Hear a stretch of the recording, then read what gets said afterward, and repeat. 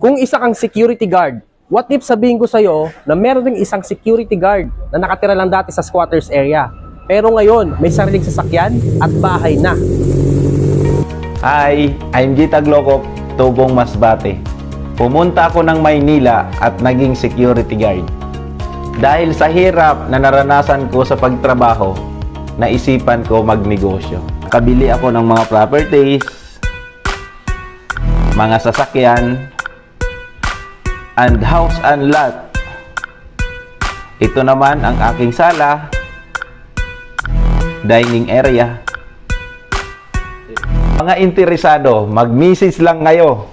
Kasi ako mismo at ang team ko ang tutulong sa'yo.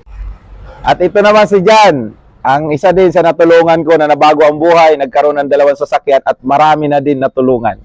So sa mga ka-5'9 dyan, kagaya ni Coach Jay, isa po Yes. ako sa natulungan. Kaya kung interested ka, matuto paano magsimula sa online, message ka lang. God bless.